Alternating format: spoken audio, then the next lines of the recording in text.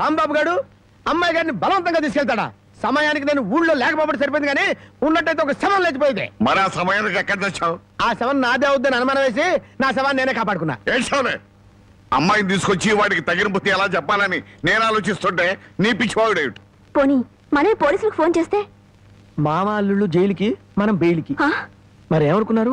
ఈ విషయం పోలీసుల దాకా వెళ్ళిందంటే పసిబిడ్డను చంపినందుకు అల్లుణ్ణి, అల్లుణ్ణి కాపాడినందుకు మామని, పోలీసులు వీళ్ళిద్దరిని పోలీస్ స్టేషన్ లో పెట్టి చెత్త కొడుతుంటే పసిపిల్లలు ఏడ్చినట్టు ఏడుస్తారు. సముదాయించడానికి కూడా ఎవరు రారు. అయ్యగారు, ఏ గొడవ లేకుండా అమ్మాయి గారితో అన్ని విషయాలు మాట్లాడి నేను తీసుకొచ్చేస్తాను కదా. అమ్మగారు, దారిలో తింటానికి కాసిన మురుకులు సంచులు వేసి ఇవ్వండి.